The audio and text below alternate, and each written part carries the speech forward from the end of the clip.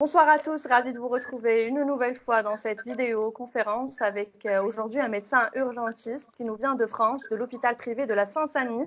Bonsoir, docteur Amran. Bonsoir. Bonsoir, merci pour votre invitation. Merci d'avoir répondu favorablement à notre invitation. Alors, docteur Amran, on va parler d'un sujet qui est sur toutes les bouches dans le monde entier, du Covid-19 évidemment. Plein de questions sont dans les têtes de tous les Algériens et le monde entier finalement. Moi, j'ai lancé ce qu'on appelle une foire aux questions sur les réseaux sociaux et je vais vous poser quelques-unes de ces questions. Mais avant cela, on va parler un petit peu de votre métier qui n'est pas facile. D'ailleurs, on vous salue. Dans le monde entier, on vous salue car votre tâche est noble en ce moment. Vous êtes nos héros, vous partez au front pour nous. Racontez-nous un petit peu comment ça se passe en tant que médecin urgentiste dans ces moments-là. Notre métier a complètement été bouleversé depuis, on va dire, une quinzaine de jours. Bon, on est à la porte de l'hôpital, on reçoit tous les patients. Mais depuis 15 jours, en tous les cas, nous, en Seine-Saint-Denis, on reçoit que des Covid. On reçoit que des Covid. L'activité, certes, a diminué, mais les patients sont beaucoup plus lourds. On en reçoit entre 50 et 60 par 24 heures. Et sur les 50 à 60 patients qu'on reçoit, allez, 80% sont Covid, Covid+. Et vous les gérez comment? Alors, on a tout le panel des Covid, ça va du Covid simple, j'imagine que vous allez me poser des questions tout à l'heure, du Covid simple au Covid très très grave. Voilà. Et vous êtes les premiers qui sont exposés au risque finalement de contracter le Covid-19. D'ailleurs, vous êtes un exemple vivant. Docteur Amran, Voilà. vous avez été testé positif. Comment vous l'avez vécu? C'est ça. On a du mal à y croire. On s'y attend, puisque moi j'ai fait une forme très douloureuse. J'avais des courbatures, des myalgies, j'ai pas fait de fièvre. J'étais très très fatigué, très asthénique. On s'y attend, mais quand le résultat tombe, eh ben, vous pensez à vos enfants, vous pensez à votre famille, vous pensez à votre femme. Vous vous dites, est-ce que ça vaut le coup? Et puis, passez ça, vous repartez à la bagarre. Vous repartez à la bagarre et vous priez le bon Dieu. Vous attendez le 7e, 10e jour, parce que c'est à ce moment-là qu'il y a une phase inflammatoire massive, en se disant, bon, j'espère que je vais passer cette phase sans risque, quoi. Et Dieu Donc, merci. en ce moment, vous êtes atteint de Covid-19, mais vous êtes toujours au service des citoyens à l'hôpital. Oui, oui. On travaille, on a des camisoles, on est masqué, voilà. Ça fait peur? Non, ça ne fait pas peur, il ne faut pas avoir peur. Je vais vous expliquer après qu'il ne faut pas avoir peur. Au décours de vos questions, je vous expliquerai pourquoi il faut pas avoir peur. Très Pourquoi il bien. faut être Écoutez, on va prudent, commencer. pourquoi il faut être prudent, mais pas avoir peur. Très bien, on va commencer tout de suite, si vous le voulez bien, avec la question de Mohamed Lazouzi. Je vais vous lire tout simplement, on est sur les réseaux sociaux. Alors, quels sont les signes, docteur, et les symptômes exacts du Covid-19 et à quel moment s'inquiéter? Alors, le problème, cette maladie, c'est une maladie nouvelle, et il n'y a pas de symptômes exacts. Il y a une panel de symptômes. Au départ, quand on a commencé, nous, il y a 3 semaines, à faire attention à Covid-19, on était centré sur des signes pulmonaires. Je vais vous raconter une petite anecdote. Notre premier patient, un Français originaire d'Algérie, il vit en France mais d'origine algérienne, s'est présenté dans un tableau abdominal. Il avait mal au ventre. Tout le monde pensait qu'il faisait une appendicite. Et quand on a fait le scanner, j'ai quand même demandé aux équipes de remonter un peu sur le poumon. Et c'est là qu'on a vu qu'il avait une atteinte pulmonaire et l'abdomen était complètement sain. Donc, les signes du Covid, ça peut aller de la simple rhinite pour les formes paucisymptomatiques, c'est-à-dire avec très peu de signes, petite faiblesse, une petite rhinite, petite fièvre, jusque de l'autre côté, la grosse insuffisance respiratoire, en passant par tout le tableau digestif. Voilà, c'est un C'est tableau la réanimation, l'intubation et tout ce qui s'ensuit. C'est ça, voilà. Comment les formes cliniques sont très, très, très variées. Très variées. Je rappelle que c'était une question de Mohamed Lazouzi. Une question de Max, cette fois-ci sur Instagram. On dit que le virus a muté. Pouvons-nous nous attendre à de nouvelles mutations? Non, il n'a pas muté, le virus. Le virus n'a pas muté. Il y a l'équipe de Lyon en France qui a fait le décodage génétique. Il ressemble exactement à ce qu'il était en Chine il y a 3 mois, à quelques nucléotides près. Voilà. Non, il n'a pas muté. D'accord.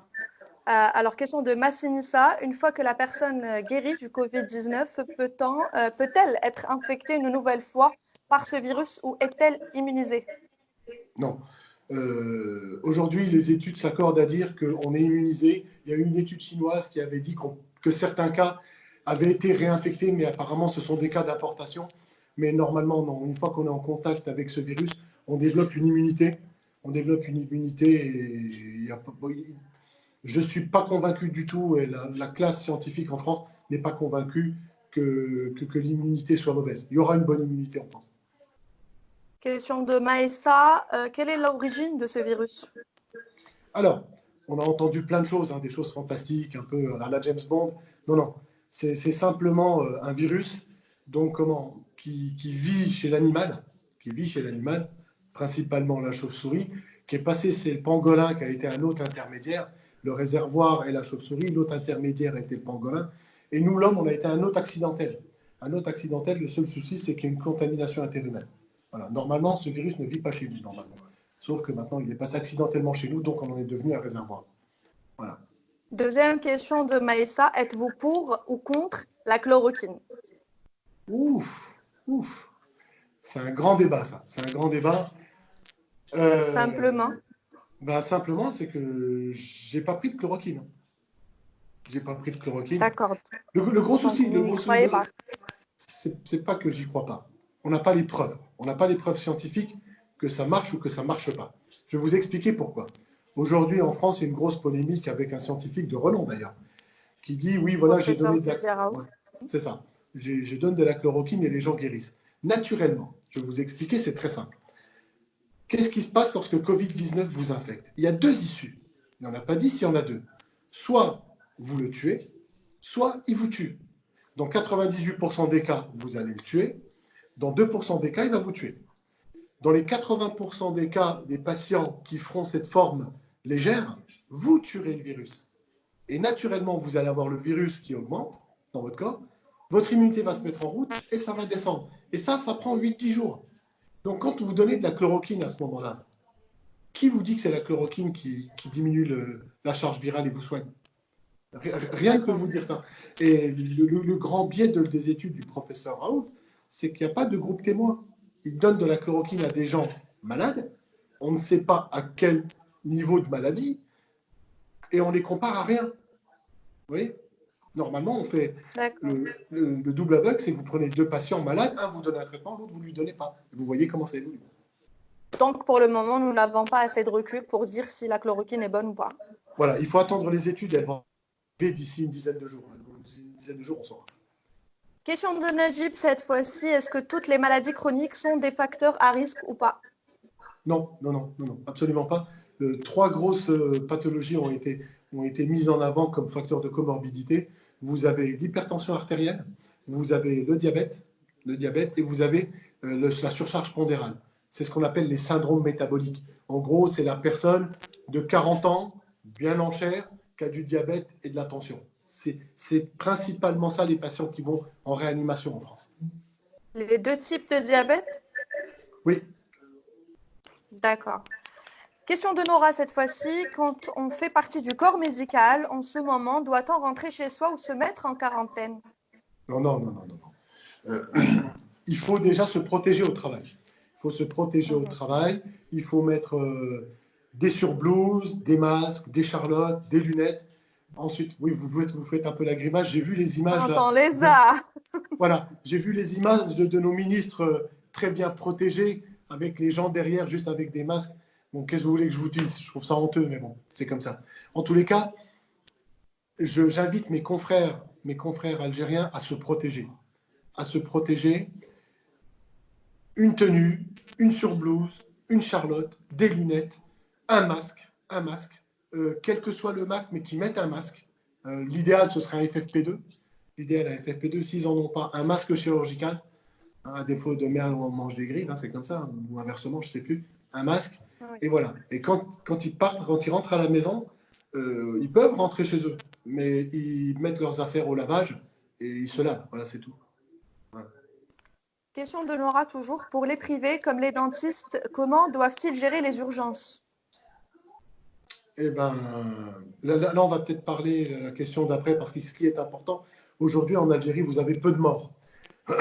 Vous avez peu de morts. 44 aujourd'hui. Voilà. Et les gens continuent à travailler en considérant que ce n'est pas grave, que la maladie est loin. Tout se joue maintenant. Tout se joue maintenant. C'est pour ça que j'invite tout le monde, les kinés, les dentistes, les sages-femmes, à faire très très attention, à se protéger. Le Covid tourne en Algérie. Et le jour où ça va exploser, plus personne ne l'arrêtera. C'est ce qui s'est passé en France. On a eu des éminents conseillers ministériels qui disaient si on a un cas, on va pouvoir l'arrêter, vous inquiétez pas, on est préparé. J'ai fait une vidéo en disant qu'on n'était pas préparé. Qu'aucune nation, en tous les cas, en Europe, n'est préparée à ça. Il y a un tel déferlement de cas, il y a un tel déferlement de cas qu'on est tout de suite débordé. Et vous n'êtes pas débordé en 3 mois, vous êtes débordé en 3 jours. Et le problème, il est là. C'est pour ça que votre dentiste devrait traiter ses patients comme s'ils étaient Covid. Il faut faire attention.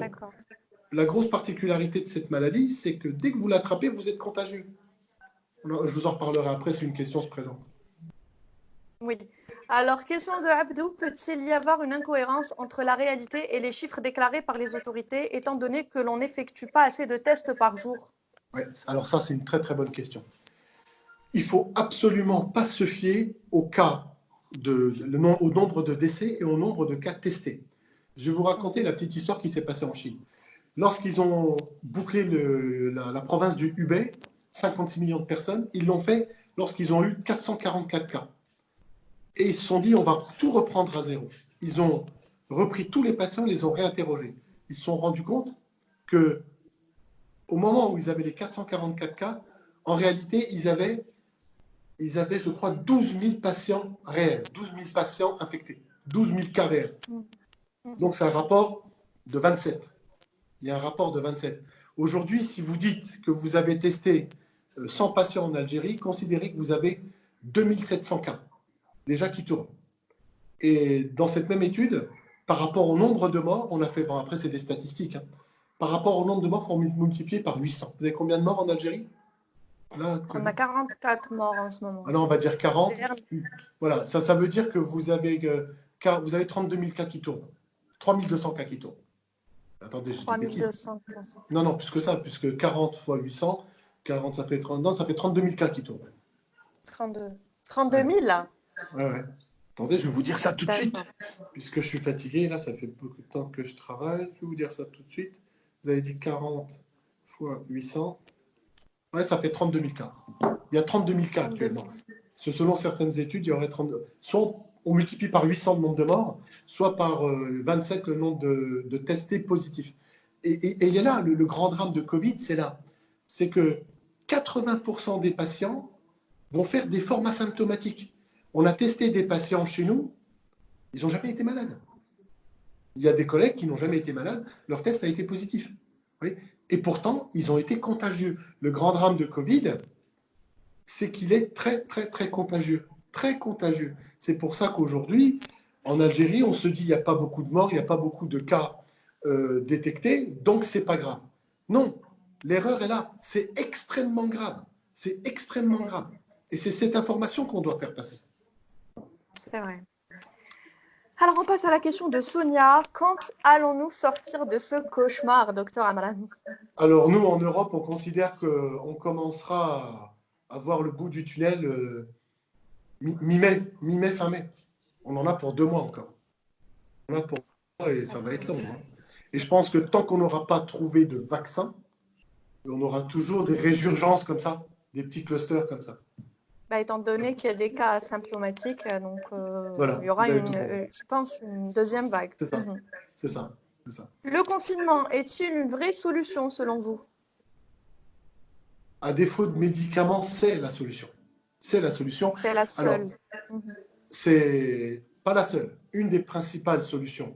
Aujourd'hui, il faut comprendre une chose. Il faut que nos amis algériens comprennent une chose, algériennes et algériens.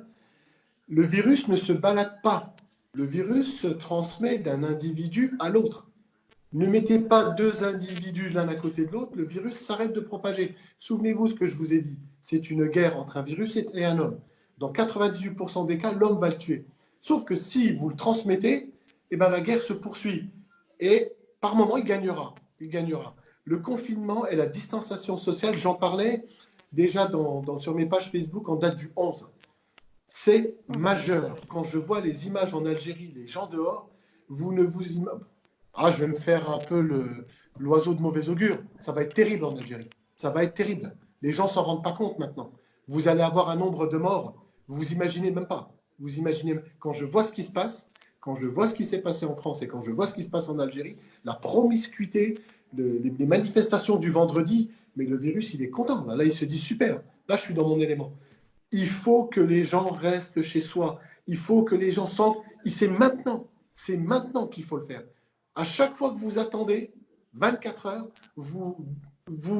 le nombre de patients réels, le nombre de cas, passe de 20, et on va il faut ajouter 25 000 patients en plus. Chaque jour, il y aura 25 000 patients en plus. S'il y a une information qui doit passer ce soir, c'est que les Algériens doivent se... N'attendez pas que vos tutelles vous disent confinez-vous. Faites-le maintenant. Faites-le maintenant. N'attendez pas. On est passé par là, on a attendu. On en paye les conséquences. Là. Et pourtant, la France, moi, dans le service où je travaille, c'est les derniers cris. On a tous les appareils qu'il faut. On perd des gens. Les gens meurent. Les gens meurent. Aujourd'hui, le niveau sanitaire algérien, bon, je viens en Algérie de temps en temps, je vois ce qui se passe. C'est pas le niveau sanitaire à la française. Donc, confinez-vous. C'est la seule solution que vous avez aujourd'hui pour limiter la casse. Pour limiter la casse, il faut se confiner. Merci. Alors, Nadia vous demande, on parlait d'une amélioration de la situation aux alentours du 5 avril. Est-ce vrai que ce virus ne peut pas vivre en température élevée? C'est faux. Hein. Alors ça, c'est complètement faux. Aujourd'hui, on n'a aucune preuve de saisonnalité, hiver, été, un peu comme la grippe. Non, on a absolument, non, tout ça, c'est faux. Elle me disait le 5 avril, une diminution des cas au 5 avril. Non, non. Nous, en France, on est déjà au 31. Là, le 5 avril, c'est demain. Hein. Et le pic de l'épidémie, il est encore devant nous, il n'est pas derrière nous. Hein. Voilà, donc, non, non. On sortira de cette crise fin mai, début juin, pas avant. Très bien. Selma vous demande, la saison de la grippe saisonnière est-elle finie? À ce moment-là, oui. Est-ce que tout symptôme en rapport avec la grippe sera forcément dû au Covid-19? Oui, oui. Aujourd'hui, dans notre bassin de population, alors Covid-19, souvent, prend la forme d'une grippe. Hein. Vous avez froid, vous grelottez, vous avez le nez qui coule, vous toussez, un peu comme une vraie grippe, mais c'est une grippe cognée. Aujourd'hui, tout syndrome grippal chez nous, c'est un Covid. Hein. Et en Algérie, vous devriez considérer tous les syndromes grippaux comme des Covid et isoler les patients. Il faut les isoler. Donc, il n'y a plus de grippe, c'est du Covid. Friel vous demande, alors je suis une personne allergique, ce qui me provoque des difficultés respiratoires, principalement au printemps. Nous y sommes. Comment faire la différence avec le Covid? Alors, ces difficultés respiratoires engendrées par une allergie, c'est probablement ce qu'on appelle, elle doit faire un petit asthme allergique. Il faut savoir que toutes les pathologies pulmonaires, surtout lorsque le virus aura un tropisme pulmonaire dans les formes les plus graves, va les faire décompenser. Tout ce qui est séquelles de tuberculose, insuffisance respiratoire, fibrose pulmonaire, BPCO, asthme et tout ça risque d'être décompensé par Covid. On ne pourra pas faire la différence, ce sera une difficulté respiratoire plus importante et quand on fera le scanner, on se rendra compte que vous avez des plages de Covid. Voilà. D'accord. Alors, Friel s'est lâché à la 3 questions. Sa deuxième est la suivante. Je suis de mon côté confinée depuis 16 jours. Mes parents le sont de leur côté également. Nous n'avons aucun symptôme. Pourrais-je aller leur rendre visite? Non, non. Bon, être confiné depuis 16 jours, c'est très bien. La difficulté du confinement, c'est de le respecter. C'est de le respecter, surtout si ses parents sont âgés. Aujourd'hui, on se rend compte, la médiane en réanimation en France est de 60 ans. La moitié des patients ont plus de 60 ans. Donc, les patients âgés sont à risque. Si elle peut ne pas aller voir ses parents, qu'elle n'aille pas les voir. Voilà. Et sa troisième question, au bout de combien de temps les symptômes se manifestent-ils? Alors, ça dépend. Ça dépend, ça peut aller à pas du tout. Les symptômes, il n'y a pas de symptômes. Vous faites Covid et vous n'avez aucun symptôme. Jusqu'à, on dit, la phase d'incubation, on se donne 5-10 jours. On se dit entre 5 et 10 jours. Voilà, en moyenne. D'accord. Alors, Mar Mohamed, à quel moment devient-on contagieux? Dès le début. Dès qu'on l'attrape. Au bout de quelques heures. Alors, il a un petit cheminement particulier. On l'attrape souvent par la sphère ORL, en se touchant le nez, la bouche, il rentre donc par le nez, par la bouche, par les yeux. Et il va d'abord se propager dans la sphère ORL. le nez, la bouche et tout, vous allez avoir le nez qui pique, avec deux signes importants qu'on a découverts maintenant. En France, il y a des études qui sont sorties. Vous avez une perte de l'odorat, une perte du goût. Vous avez une agueusie et une anosmie. Vous ne sentez plus. Vous sentez plus. Ma fille est descendue tout à l'heure, elle me dit, papa, je ne sens plus. Mais ben voilà, ben, t'as Covid comme tout le monde. Hein. Voilà. Vous ne sentez plus votre parfum, vous n'avez plus de goût. Ça, c'est un signe pathognomonique du Covid. Voilà. Donc, il commence par la sphère ORL, ensuite il descend au niveau de la trachée, vous commencez à tousser, et il finit dans les poumons. Il finit dans les poumons. Voilà. C'est pour ça que lorsque vous faites des tests, ils reviennent des fois négatifs. Lorsque vous commencez des signes, quand vous commencez à tousser, ben, il n'est plus ici. Il est descendu dans le poumon. Sauf que les tests aujourd'hui, c'est des tests, on fait des prélèvements au niveau des fosses nasales. Et ben, il n'est plus là, le virus, il est descendu. C'est pour ça que les tests reviennent négatifs dans 30% des cas. Est-ce que c'est pour cette raison qu'on demande aux gens de boire abondamment? Alors, non, on demande aux gens de boire beaucoup parce que comment Covid entraîne de la fièvre souvent et ils se déshydratent. D'accord. Voilà. Alors, question de Douja cette fois-ci. J'ai lu quelque part qu'un monsieur atteint de Covid-19 a contaminé son chat. Peut-on être contaminé ou contaminer son animal de compagnie? Alors, n'allez pas tuer tous vos chats, hein. Haram alaikum, c'est pas possible. Il y a un seul cas qui a été décrit en Europe. Il a été décrit en Belgique. Il y a un chat qui a été contaminé. Ouais, mais voilà. Moi, j'ai un berger allemand, j'ai un chat. C'est exceptionnel. C'est exceptionnel. Mon chat et mon chien n'ont pas attrapé Covid. Hein. Ils sont à la maison, là. Voilà. Alors, question de Sonia, il me semble que c'est la dernière. Oui, c'est la dernière. Sonia, comment expliquer que contrairement au début de l'apparition de cette épidémie, de plus en plus d'enfants sont touchés de manière grave? Alors, il n'y a pas de plus en plus d'enfants. Il y a une Française de 16 ans, un Portugais de 14 ans, un jeune Portugais de 14 ans et une petite Belge aujourd'hui de 12 ans. C'est une distribution statistique. Lorsqu'on dit ça ne touche pas les enfants, ça touche exceptionnellement les enfants. Ça touche exceptionnellement les enfants. Lorsque vous prenez toutes les séries, vous avez un, voire deux enfants. D'ailleurs, on dit 0%, parce que quand on ramène le cas à toute la cohorte, c'est 0,000, donc on ne compte pas. C'est exceptionnel. C'est exceptionnel que les enfants soient atteints. C'est exceptionnel. Ils feront Covid dans des formes mineures, mais de là à ce qu'ils fassent des formes extrêmement graves, non. Ça existe. Ils ont plus de chances de s'en sortir. Voilà. Oui, ils auront plus de chances de s'en sortir. Alors, j'aimerais terminer, puisque vous dites c'est la dernière question, j'aimerais vous expliquer une chose. 98% des patients guérissent. Il faut que les gens comprennent. 98% des patients guérissent. Le grand drame de SARS-CoV-2, c'est sa contagiosité. Si vous avez 1% de décès, donc pour 100 patients atteints, vous avez un mort. Si vous avez 1 million, ça fait 100 000. Non, ça fait 10 000, je me trompe, ça fait 10 000. Ça fait 10 000 morts pour 1 million. Avec les zéros, je suis fatigué. Là. Pour 1 million, ça fait 10 000 morts. C'est déjà énorme. C'est énorme. Et 1%, c'est le taux qu'a Singapour et la Corée du Sud. C'est-à-dire avec toute la technologie, tous les tests, tout le confinement. Aujourd'hui, on estime, en France, on est à 6% de décès. Et pourtant, Dieu sait qu'on fait le travail. Aujourd'hui, s'il y a un message qui doit passer, Covid est une maladie qui n'est pas grave. On guérit dans 98% des cas. C'est pour ça qu'il ne faut pas avoir peur. Il ne faut pas avoir peur si vous mettez en place toutes les mesures de confinement maintenant. Il ne faut pas attendre. S'il y a un message qui doit passer ce soir, je vous en conjure, restez chez vous. Restez chez vous. Le souci, c'est la contagiosité. Vous ne vous en rendez pas compte, mais actuellement, il tourne. Mais vous ne le voyez pas.